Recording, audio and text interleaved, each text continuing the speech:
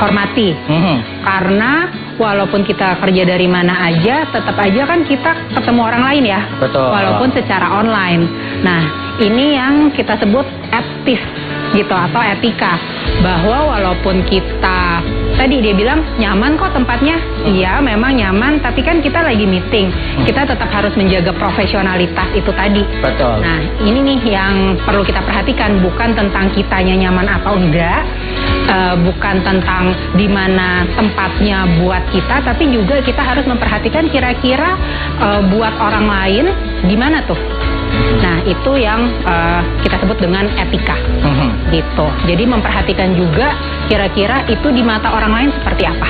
Oke, jadi berhubungan etika kerja atau profesional itu nggak hanya berbicara tentang kita nyamannya seperti apa, menggunakan apa gitu ya. Tapi orang lain juga harus nyaman juga. Betul.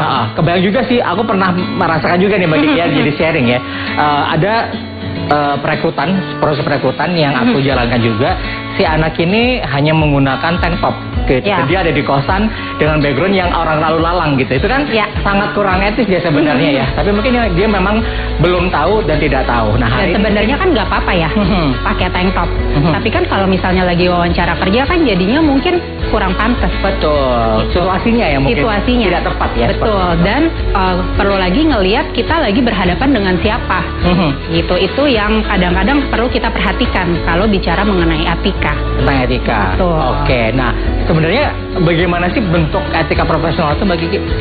Etika profesional itu memang kita perlu mempertimbangkan dengan siapa kita berbicara ataupun kita berhadapan. Oke. Terus juga kita perlu memperhatikan lingkungan di mana kita berada.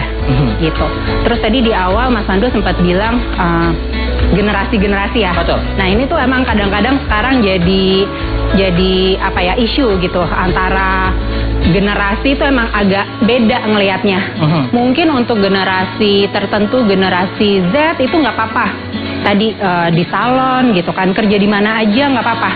Untuk generasi yang lebih senior, kerja harus di kantor. Dia harus ngelihat nih timnya kerja di tempat datang jam 8, pulang jam 5 gitu. Itu penting buat mereka gitu.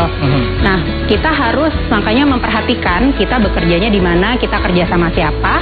Ya, itu yang harus kita perhatikan, dan kalau misalnya kita lagi bekerja, kita harus mengikuti kaidah-kaidah itu. Gitu ya. Jadi lagi-lagi kita memang nggak bisa ngikutin pengennya kita sendiri ya. Iya, kan kita kerja sama orang lain ya. Betul. Oke, di belakang ini apa coba Kiki? Ini adalah bentuk-bentuk etika profesional gitu. Kalau kita simplify mungkin ada 3 hal yang perlu kita perhatikan. Kita ngomongin integritas, komunikasi, sama respect gitu. Sebenarnya bisa kita bahas atau kita bedah lagi nih satu persatu. Lebih dalam gitu ya? Lebih dalam. 3 ini ya. Kenapa 3 hal ini? Mungkin sebelum kita membahas, aku pengen tahu dulu kenapa 3 hal ini yang jadi penting untuk kita perhatikan nih Mbak Kiki. Nah, kenapa penting? Kalau ngomongin integritas itu kan sebenarnya kita ngomongin walk the talk ya. Apa yang kita omongin itu sejalan dengan apa yang kita lakukan. Jadi nggak omdo. Kita nggak omdo. Dan kalau ngomongin integritas tuh nggak ada orang pun, nggak ada yang lihat pun, kita akan tetap ngelakuin hal itu. Itu jadi itu ngomongin integritas. Komitmen ya berarti ya. Kalau kita udah sepakatnya adalah kerja jam segitu jam sekian, ya kita di ruang kerja, kita kerja, bukan malah bermain atau yang ngapain. Betul, nggak ada bos pun, nggak ada yang lihat pun, kita ya ngelakuin apa yang udah kita komitmenin itu. Terus yang kedua, komunikasi. Karena kalau kita bekerja tuh kita pasti berhubungan sama banyak orang. Betul. Nah, gimana caranya kita perlu berkomunikasi secara efektif. Tergantung dengan siapa kita berhubungan. Bisa atasan, bisa bawahan, bisa rekan kerja, bisa klien yang berasal dari latar belakang yang berbeda-beda. Nah, gimana kita perlu menyesuaikan gaya komunikasi kita. Itu juga berkaitan dengan etika. Dan yang terakhir adalah tentang respect. Gitu, karena kita perlu menunjukkan respect kita terhadap orang lain. Itu juga kaitannya dengan etika. Jadi 3 hal ini adalah poin-poin yang paling penting untuk kita perhatikan ya berarti ya. Betul. Kita akan mendalami hal ini lagi teman-teman semuanya. Sobat Karir jangan kemana-mana, kita akan berhenti dulu di sini. Break sejenak dan kami akan kembali tetap di Ruang Karir. Semangat berkarir.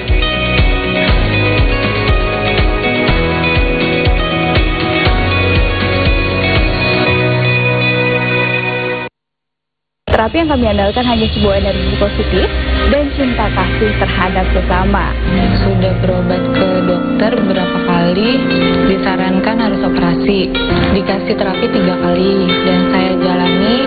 Baru 2 kali itu saya udah merasa enak, udah sembuh gitu.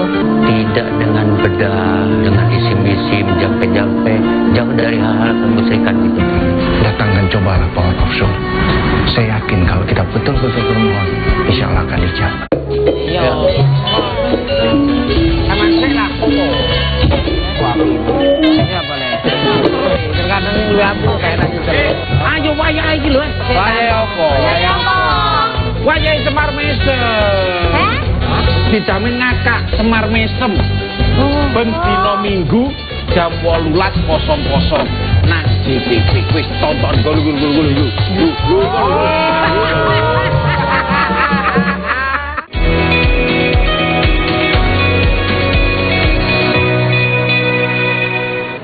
Kembali lagi di Ruang Karir, semangat berkarir.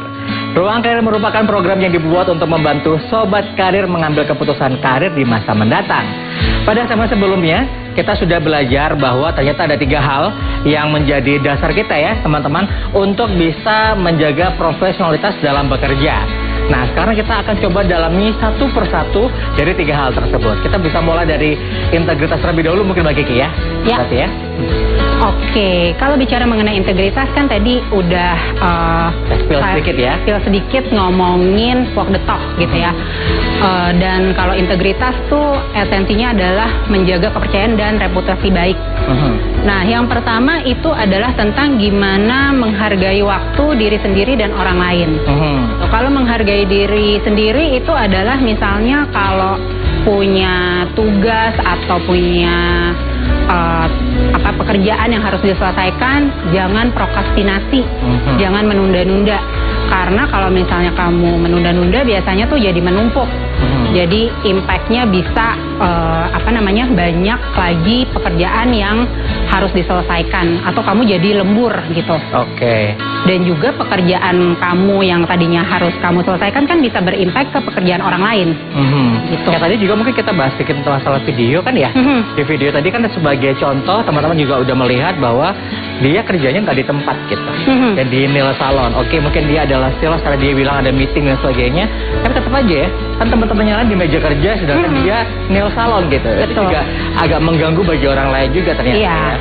Dan itu kan bagian dari menghargai orang lain. Betul. Menghargai orang lain itu juga berarti kalau misalnya janjian sama orang lain itu tepatin waktu. Kalau misalnya meeting juga jangan telat. Itu bagian dari menghargai waktu orang lain. Oke. Gitu.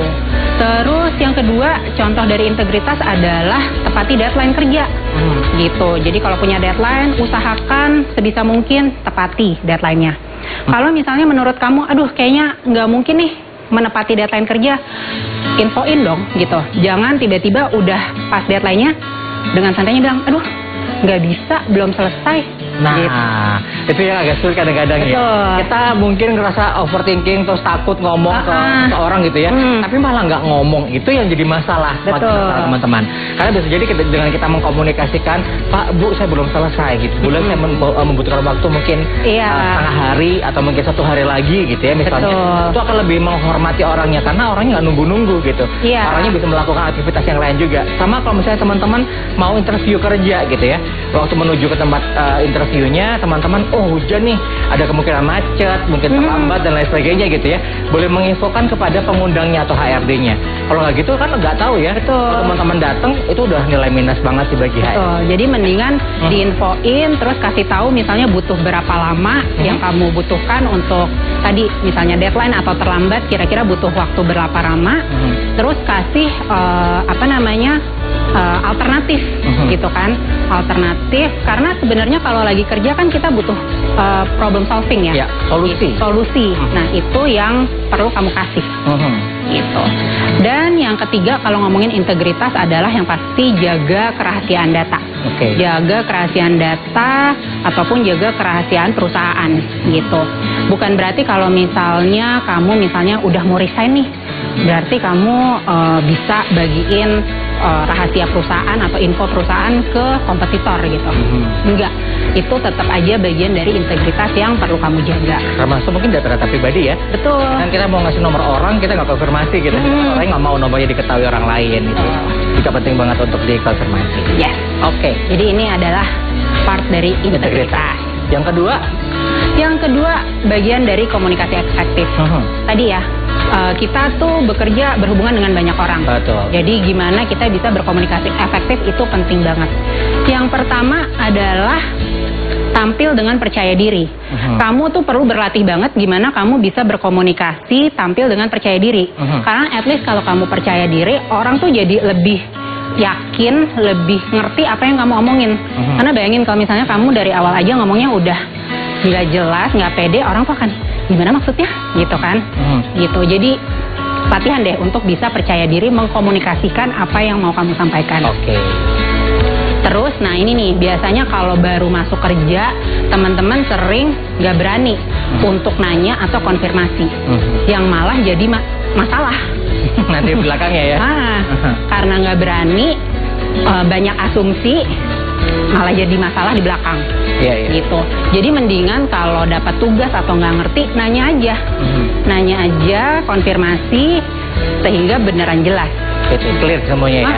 Nah itu memang benar teman-temannya. Jadi kalau misalnya ngomong-ngomong tentang asumsi, kita gampang banget nih ya. Misalnya aku bekerja dengan Mbak Kiki gitu ya. Mbak Kiki ada sesuatu kegiatan yang memang berulang terjadi gitu ya. Ketika kita mau tanya, Mbak Kiki lagi makan nih, jangan-jangan ntar kalau misalnya ganggu tadi marahin lagi, padahal belum tentu gitu ya. Jadi kita ya melakukan aja, menyampaikan aja, Mbak Kiki lagi makan, aku ganggu boleh nggak gitu. Oh boleh, siapa tahu boleh gitu ya ternyata ya. Atau misalnya menyampaikannya dengan cara Mbak Kiki kalau sudah selesai makan, aku mau ngobrol sebentar ya, ditunggu waktu makan selesai baru kita ngobrol. Nah cara-cara seperti itu yang harus teman-teman gali kayaknya. Ya, gitu. Nah yang selanjutnya adalah bicara sesuai konteks. Sesuaikan dengan gaya bicara kamu dengan lawan bicara. Karena kan kita ketemu banyak orang. Kadang-kadang kita ketemu dengan orang dari daerahnya berbeda atau tingkat pendidikan yang berbeda. Gitu. Jadi jangan asumsikan dia ngerti. Kita pakai bahasa endovra gitu. Misalnya kamu lulusan luar negeri gitu. Itu nggak mudeng gitu. Iya, orang yang kamu ajak ngomong gitu nggak ngerti. Kamu pakai bahasa-bahasa luar negeri gitu misalnya. Jadi pastiin kamu ngomong sama siapa, kamu sesuaikan gaya bahasa kamu. Oke. Gitu. Caranya kita untuk mengetahui mereka paham gimana Bagi? Misalnya kita ngobrol sama orang terus kita pengen tahu mereka paham atau enggak gitu. Kita tuh ada yang namanya nanya. Jadi misalnya kamu udah ngomong gitu, ada yang mau ditanyain gitu kan? Paham nggak gitu? Paham nggak gitu? Sesimpel itu. Mengkonfirmasi lagi. Konfirmasi ya, gitu. Oke, itu bisa dilakukan juga teman-teman. Karena jangan sampai misalnya kamu ngomong aja satu arah, terus kamu tinggalin. Gitu. Itu yang hindari perilaku seperti itu. Oke. Nah, yang terakhir adalah bersikap terbuka. Terbuka ini ada dua. Yang pertama adalah terbuka terhadap kritik dan saran orang lain. Yang kedua adalah terbuka bahwa orang itu punya cara yang berbeda, gitu kan. Bukan berarti kalau misalnya kamu terbiasa melakukan suatu hal pakai cara A, semua orang harus pakai cara A. Oh iya benar juga. Gitu. Karena kan orang caranya beda-beda. Beda-beda ya. Nggak bisa dipaksain caranya. Betul. Lain seperti kita juga. Oke. Jadi ini berkomunikasi dengan efektif. Kita masih ada yang ketiga habis ini ya. Tapi kayaknya waktu kita perlu break dulu nih. Karena teman-teman juga pasti agak penasaran. Karena yang ketiga ini juga cukup penting teman-teman. Bagaimana kita bertindak profesional di hadapan orang lain. Tetap di Ruang Karir, semangat berkarir.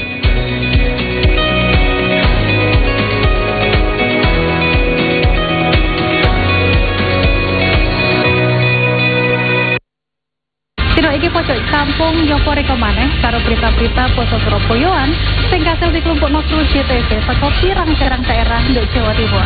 Geni semoblak gede ambek Meratak Cepot iki ngentekno bangunan gudang kaya nyimpen palet karo para dayo kudu desek-desekan kanggo oleh kurma gratis. Pihak sekolah ngomong banjir gelek kedaden nang mangsa rendeng. Tibake pemandangan alam Bromo ancen uapi. Upaya ngevakuasi loro ula piton gede sing mangkon nduk sak iterane Semeru kudu ditebas padha.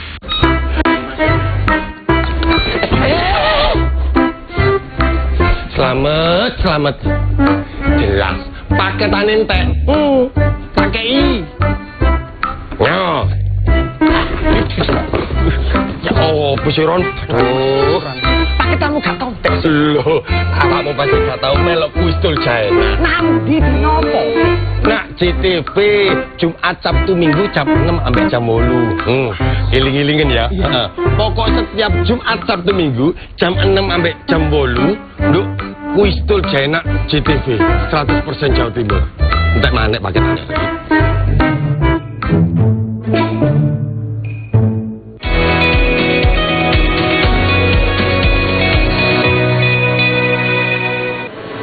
Masih di Ruang Karir, semangat berkarir. Ruang Karir merupakan program yang dibuat untuk membantu sobat karir mengambil keputusan karir yang tepat di masa mendatang. Nah, tadi kita sudah membahas 2 dari 3 ya Mbak Kiki ya. Hal-hal yang paling penting untuk menuju kita untuk etika profesional. Nah, yang ketiga adalah? Yang ketiga adalah respect terhadap orang lain. Oke. Karena dengan respect kan kita membangun kepercayaan juga, meningkatkan kolaborasi, gitu. Terus juga menciptakan budaya kerja yang positif. Oke. Gitu. Yang pertama yang bisa dilakukan adalah ketahui batasan kerja, batasan rekan kerja, gitu. Karena setiap orang kan punya boundariesnya masing-masing, gitu. Ada yang nggak suka ngomongin tentang hal-hal pribadi, gitu. Ada yang nggak suka misalnya diganggu pas weekend. Nah, kita tuh harus cukup jeli tuh kira-kira rekan kerja kita tipe yang seperti apa.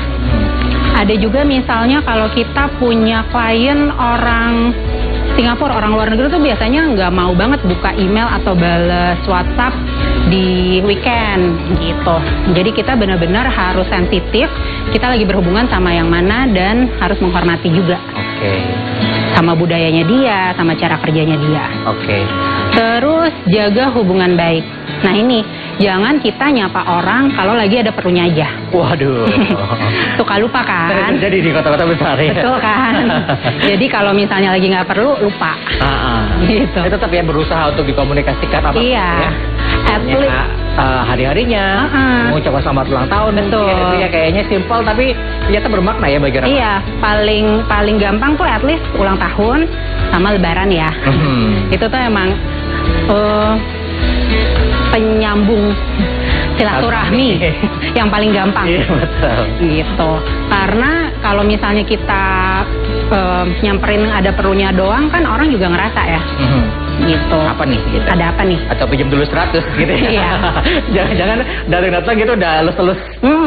Pinjam dulu 100 gitu jadinya. Terus juga kalau misalnya udah dapat perlunya lupa bilang terima kasih. Nah, itu dia.